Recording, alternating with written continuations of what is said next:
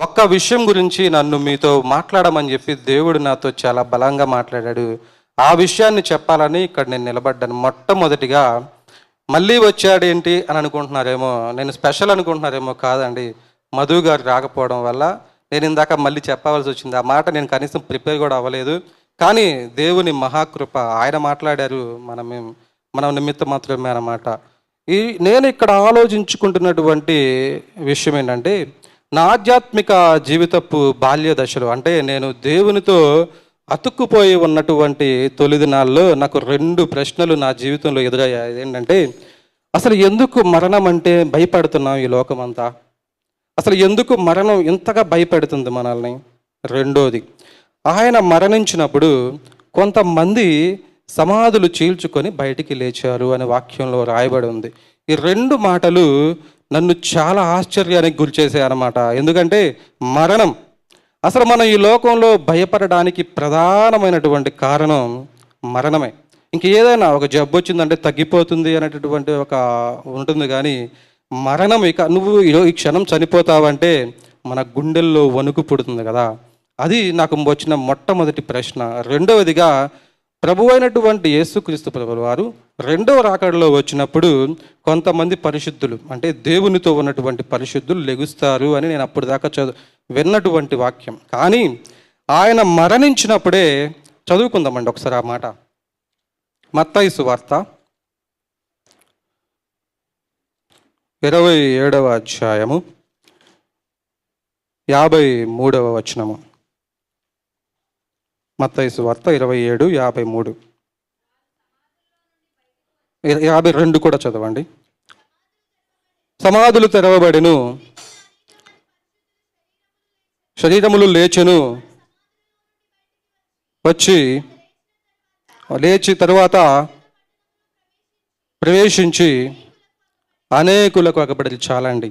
ఇలా ఆయన మరణించినటువంటి క్షణంలో, ఫ్రాక్షన్ ఆఫ్ సెకండ్స్లో కొంతమంది పరిశుద్ధులు లెగిచి పరిశుద్ధ పట్టణంలోనికి ప్రవేశించి అందరికీ కనిపించి వారి శరీరాలతో సహా ఆ యొక్క తిరిగారు అని చెప్పి వాక్యం.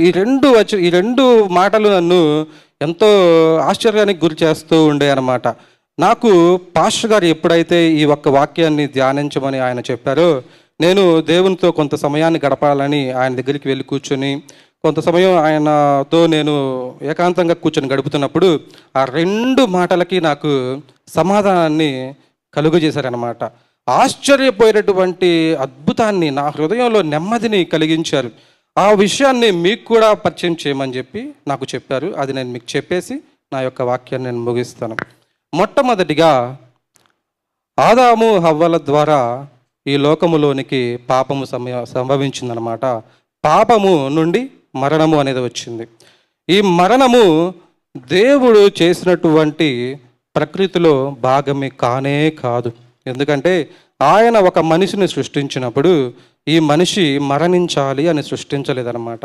అసలు మరణము అనేది దేవుని చిత్తములో లేనటువంటి ఒక క్రియ, ఆయన ఉద్దేశంలో లేనటువంటి ఒక విషయం. ఎందుకంటే పరలోకంలో ఎలా అయితే యుగయుగాలు జీవిస్తారో, అలాగే భూలోకంలో కూడా ఆయన కుమారులుగా ఆ యొక్క ఆదాము హవ్వలు చక్కగా తిరుగుతూ మరణమే తెలియనటువంటి వారిగా ఈ లోకంలో జీవిస్తూ ఉన్నటువంటి సమయంలో పాపము అనేది ప్రవేశించి మరణము అనేటటువంటి దాన్ని ఈ భూమి మీదకి తీసుకువచ్చింది.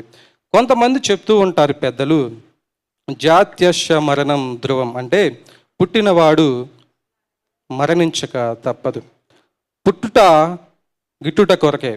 ఇది ఎంతవరకు నిజం అని మనం ఆలోచిస్తే, బైబిల్ ఏం చెప్తుందంటే, పుట్టుట గిట్టుట కొరకే అయితే, ఇప్పుడు మనకు దాహం వేస్తుందండి, చక్కగా నీళ్లు తాగుతాం, తృప్తి పడతాం, అది సహజం. అలాగే చక్కగా మనం నీళ్ళు తాగినప్పుడు మన యొక్క దేహానికి చల్లని ఆ యొక్క వాతావరణం తగులుతుంది కాబట్టి మన దేహం ఇంకా సంతోషిస్తుంది. ఆకలేస్తుంది, ఆకలేసినప్పుడు చక్కగా మనకు ఆ యొక్క ఫుడ్ దొరికినప్పుడు మనం తింటాం, దాన్ని అనుభవిస్తాం, రుచి చూస్తాం, దాన్ని ఆస్వాదిస్తాం. అది కూడా సహజమే, ఆకలి కూడా సహజం. ఇంకా ఆకలి వేయకపోతేనే మనకు చాలా ఇబ్బందికరమైన పరిస్థితి అన్నమాట. ఎందుకంటే ఆకలి వేయకపోతే ఈరోజు హాస్పిటల్లో ఎక్కువ మంది ఉన్నవారు ఆకలి మాకు వేయట్లేదండి, గ్యాస్ ప్రాబ్లమ్స్ వచ్చినాయండి, తినలేకపోతున్నామండి అని అంటే ఆకలి వేయడమే సహజం, వేయకపోతేనే అసహజం అన్నమాట. అలాగే నిద్ర నిద్ర కూడా సహజమే. ఎందుకంటే మనకు నిద్ర అనేది రాకపోతే ఈరోజు చాలామంది నిద్ర పట్టక ఎంత బాధపడుతున్నారో మనకు తెలియని విషయం కాదు. నిద్ర కూడా సహజమే. మనం చక్కగా నిద్రపోతూ ఉంటే అది ఎవరన్నా మధ్యలో వచ్చి లేపితే చాలా కోపం కూడా వచ్చేస్తుంది. అటువంటి సహజమైన దాన్ని మనం చాలా ఎంజాయ్ చేస్తూ ఉన్నాం. కానీ మరణం కూడా సహజమే అయితే మనం దాన్ని ఎందుకు ఎంజాయ్ చేయలేకపోతున్నాం? దాన్ని ఎందుకు ఒక నిద్రపోతున్నట్టు, ఒక నీరు తాగుతున్నట్టు, ఒక ఆహారం భుజిస్తున్నట్టు ఈ మరణం కూడా అటువంటిదే, సహజమైనదే అయితే మనం ఎందుకు ఈ యొక్క మరణాన్ని చూసి భయపడుతున్నాం? సరే, ఇది మనుషులకు మాత్రమే ఉందనుకుందామా? ఒక దోమను మనం కొట్టాలంటే మన పశ్చాత్తాపరాల్సి వస్తుంది, మన బొగ్గలు చెంపలు పగిలిపోతాయన్నమాట. అంతగా మనం అది కొట్టేలోపు అది పారిపోతుంది, అది ఇంజక్షన్ ఇస్తుంది, అది వెళ్ళిపోయిన తర్వాత మనం కొట్టుకుంటాం అన్నమాట. అటువంటి పరిస్థితి. ఒక దోమ తన ప్రాణం కాపాడుకోవడానికి ఎన్ని కార్యాలు చేస్తుంది, ఎంతగా అది పరితపిస్తూ ఉంటుంది. అలాగే ఒక ఎలుక మనం కొట్టగలమా? మన ఇంటి చుట్టూ తిప్పించిద్దండి ఒక ఎలుక. మన ఎంతో ఇల్లుందో మొత్తం చూపించిదండి ఒక ఎలుక. అటువంటి ఎలుక కూడా దానికి ఏం భావబంధాలు ఉన్నాయి? ఇప్పుడు మనుషులు అంటే మనకు కొడుకులు ఉన్నారు, కూతుర్లు ఉన్నారు, భార్య ఉన్నారు, బిడ్డలు ఉన్నారు, మన ఆస్తులు ఉన్నాయి. మరి ఎలుకలకి, దోమలకి, పక్షులకి, పిల్లులకి అవి ఎందుకు భయపడుతున్నాయి? కేవలం ఒకే ఒకటి, మరణం అనేది అసహజం. ఈ భూమి మీదకి మనం మరణించడానికి రాలేదు, మనం వచ్చింది నిత్యము జీవించడానికి అని వాక్యం చెప్పబడుతూ ఉంది. అలాగే ఆయన మనల్ని డిజైన్ చేశారన్నమాట. అటువంటి పరిస్థితుల్లో ఎంతోమంది ఈ భూలోకంలో పుడుతూ ఉన్నారు. ఎంతోమంది ఘనులు. మన భరత జాతి పిత మహాత్మా గాంధీ గారు మరణించినప్పుడు కూడా చక్కగా ఆయన పని ముగించారు. మన జాతికి ఎంతో గొప్ప గొప్ప సేవలు చేశారు, ఆయన ముగించారు. అలాగే ఎంతోమంది గొప్ప గొప్ప రాజులు, కాకతీయులు, ఆ యొక్క అశోకులు, ఆ తర్వాత హిట్లర్, దేశాన్ని నాశనం చేసిన వారు ఉన్నారు, దేశాన్ని పాడు చేసి అందరూ మరణిస్తూనే ఉన్నారు. ఇక్కడ మనం ఒక విషయం గమనించాల్సింది ఏంటంటే, అలా మరణిస్తూ ఉన్నప్పుడు ప్రకృతి నిమ్మకు నీరెత్తినట్టు సైలెంట్గా ఉండిపోయింది. కానీ ఒక మరణం ప్రకృతి కూడా చలించిపోయిందండి. ప్రకృతి కూడా కదిలిపోయింది. అది ప్రకృతి తీసుకోలేకపోయిందనమాట. ఆ మరణమే మన ప్రభు అయినటువంటి యేసుక్రీస్తు ప్రభుల వారి మరణం. ఆయన ఎప్పుడైతే ఆ యొక్క సిలువలో మరణించగానే, ఆ యొక్క మత్తయి సువార్త 27వ అధ్యాయము 50వ వచనంలో ఒక విషయం చెప్పబడింది. యేసు మరలా బిగ్గరగా కేక వేసి ప్రాణము విడిచెను. అప్పుడు దేవాలయపు తెర పైనుండి క్రింది వరకు రెండుగా చిరిగెను, భూమి వణికెను, బండలు బద్దలాయను, సమాధులు తెరవబడును. నిద్రించినటువంటి అనేకులు లేచి పరలోక పరిశుద్ధ పట్టణంలో తిరిగారు అని చెప్పి ఆ యొక్క గ్రంథంలో రాయబడింది. ఆయన మరణించినప్పుడు ప్రకృతి చలించిపోయింది. ప్రకృతి చెప్తుంది, అరే మీరేం చేస్తున్నారా? మా సృష్టికర్త ఆయన మిమ్మల్ని సృష్టించినటువంటి దేవుణ్ణి మీరు చంపుతున్నారు అని అవి కేకలు వేస్తున్నాయి, అవి పగిలిపోతున్నాయి, బద్దలైపోతున్నాయి. సూర్యుడు కూడా చాటుకు వెళ్ళి దాంకున్నాడు ఆ యొక్క పరిస్థితిని చూడలేక. అటువంటి మరణము ఆ యొక్క యేసుక్రీస్తు ప్రభుల వారి మరణం అన్నమాట. ఎందుకంటే ఆకాశము కూడా కన్నీరు కార్చింది వర్షము వలె. సూర్యుడు తప్పుకున్నాడు, బండలు బద్దలైపోయాయి. అవి వాటికి తెలుసు వారిని సృష్టించినటువంటి సృష్టికర్త ఎవరో. కానీ మనకు తెలియని విషయం ఏంటంటే, మన సృష్టికర్తను మనం ఎరుగక ఉన్నామన్నమాట.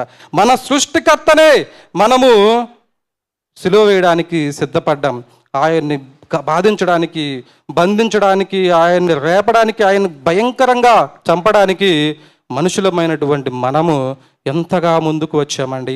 కానీ సృష్టికర్త ఆ యొక్క మరణాన్ని యాక్సెప్ట్ చేయలేదు.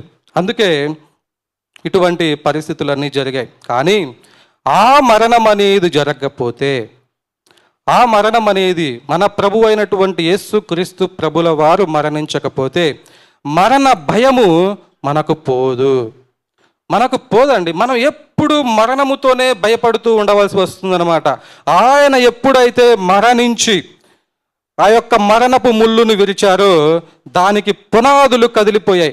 ఆయన మరణించిన క్షణమే ఆ యొక్క మరణము ఆ పునాది లేనటువంటి బిల్డింగ్ వలె ఊగిపోతూ ఉందన్నమాట. అందుకే ఆయన మరణించినటువంటి క్షణములో ఆ యొక్క మరణపు పట్టులో నుండి, అంటే గ్రిప్లో నుండి కొంతమంది స్లిప్ అయిపోయి బయటకు వచ్చేసారనమాట. అటువంటి పరిస్థితి, అంత గొప్ప దేవుడు మన ప్రభు. ఆయన మరణించిన తర్వాత మరణం మీద జయము మనుషులకు కూడా కలిగింది. అందుకే ఆయన మరణించిన తరువాత శిష్యులు మరణానికి ఎదురెళ్ళారండి. మరణం అంటే భయపడి దాక్కున్నటువంటి వారు పౌలు గారిని మెడ తెక్కొట్టేశారనమాట. పేతురు గారిని పైనుండి కిందికి సిలువ వేసి చంపారనమాట. ఇంకా ఎంతో మందిని ఆ యొక్క కాలిపోతూ ఉన్నటువంటి నూనెలో వేసి కాల్చి వేశారనమాట. ఇంకా ఎంతో మందిని రంపాలతో కోసారు. వీళ్ళందరూ మరణానికి ఎదురెళ్ళారు. అప్పుడు తెలిసింది విషయం ఏంటంటే, మరణము ఎప్పుడైతే భూమి మీదకి వచ్చిందో దానికి అధికారం వచ్చింది మన మీద. అందుకే దాన్ని చూసి మనము భయపడతాం. సృష్టిలో ఉన్నటువంటి ప్రతి జీవి భయపడుతుందన్నమాట. జీవానికి మరణించడం అసలు ఇష్టమే ఉండదు. జీవానికి జీవించడమే ఇష్టం. మనలో ఉన్నటువంటి ఆ యొక్క ఆత్మ జీవము కలిగినటువంటి ఆత్మ కాబట్టి మనం జీవించాలని కోరుకుంటూ ఉంటాం అన్నమాట. కానీ మరణము ఎప్పుడైతే, అంటే పాపము పరిపక్వమై మరణము వస్తుంది మన మీదకి. అటువంటి పాపములో ఉన్నటువంటి మనము మరణాన్ని చూసి భయపడతా ఉంటాం. ఎప్పుడైతే దేవుని రక్తములో కడగబడి, ఎప్పుడైతే ఆయనలో బాప్తిస్మం పొంది, ఎప్పుడైతే ఈయనే నా నిజమైనటువంటి రక్షకుడు అని ఒప్పుకొని ఆయన సైనికులుగా మారిపోతామో, ఆయన మనకు సైన్యములకు అధిపతిగా మారిపోతాడు, మరణానికి భయపడమండి, మరణానికి ఎదురు వెళ్తామన్నమాట. ఈరోజు దేవుడు ఒక మాట చెప్తూ ఉన్నాడు మనతో. మరణము అనేది నేను నా మరణము ద్వారా దాన్ని కొట్టివేశాను, దాన్ని ఓడించి వేశాను. ఇక మీకు మరణ భయము అనేది ఉండడానికి వీలు లేదు. మీరు దేవుని సైన్యములోనికి వస్తే మీరు మరణానికి కూడా ఎదురు వెళ్తారండి. మరణమే మిమ్మల్ని చూసి భయపడేంతగా ఆ యొక్క పరిస్థితిలోనికి మనం వెళ్తాం. అలాగే మనం ఇంకా కిందకి వస్తే 54వ వచనం, 27, మత్తయి సువార్త 27:54. శతాధిపతియు అతనితో కూడా యేసుతో కావలి ఉన్న వారును భూకంపమును జరిగిన కార్యములన్నిటినీ చూచి మిక్కిలి భయపడి, ఈయన నిజముగా దేవుని కుమారుడు, ఈయన నిజముగా దేవుని కుమారుడు అని ఆయన కాపలా ఉన్నటువంటి సైనికులే ఆయనను బంధించి శిక్షించి చంపినటువంటి వారే ఈయన నిజముగా దేవుని కుమారుడు అని చెప్పడానికి ఆ యొక్క మరణము, ఆ యొక్క భూకంపము, ఆ యొక్క మరణములో నుండి స్లిప్ అయిపోయి వచ్చినటువంటి జనాలను చూసి వారు కూడా చెప్పారు, ఈయన నిజముగా దేవుని కుమారుడే, ఆయన నిజముగా దేవుని కుమారుడండి. మనం గత సంవత్సరము నేను చెప్పిన మాట మీకు గుర్తుంటే, దాహము విషయంలో ఇందాక బ్రదర్ చెప్పారు, సమరయ స్త్రీ. నేను నీతో మాట్లాడుతున్నటువంటి వారు ఎవరో తెలిస్తే నువ్వు నాకు నీళ్ళు ఇవ్వడం కాదు, నువ్వే నాకే నీళ్ళు ఇవ్వమని నువ్వు అడుగుతావు అని చెప్పి ఆయనను నేనే అని చెప్పారనమాట. అలాగే ఇక్కడ శతాధిపతి చెప్తూ ఉన్నారు, ఈయనే నిజమైనటువంటి దేవుడు, దేవుని కుమారుడు అని సాక్ష్యం ఇచ్చేటటువంటి పరిస్థితి. మీకు ఈ 2 విషయాలు అర్థమయ్యాయని అనుకుంటున్నాను. మరణానికి మనం ఎందుకు భయపడ్డామంటే, పాపము ద్వారా మరణం వచ్చింది కాబట్టి మరణము మన మీద ఏలుబడి చేస్తూ ఉంది. మనం మరణించాలంటే, మరణం మన దగ్గరికి వస్తూ ఉంది అంటే మనం గడగడ వణికిపోతూ ఉంటాం. కాబట్టి ఆయన మరణ భయాన్ని, ఆ పాపమును కొట్టివేసి మరణ భయాన్ని తొలగించాడు. ఈరోజు మనం మరణించడానికి భయపడనక్కర్లేదు. ఎందుకంటే అలాగని మనల్ని దేవుడు విడిచిపెట్టేస్తాడా అనడానికి వీలు లేదు. సాతాను కంటే కోట్ల రెట్లు గొప్పవాడు మన దేవుడు. మన దేవుడు మనల్ని బ్రతికించగలడండి. ఇక్కడ బ్రతికించగలడు, పరలోకంలోనూ బ్రతికించగలడు.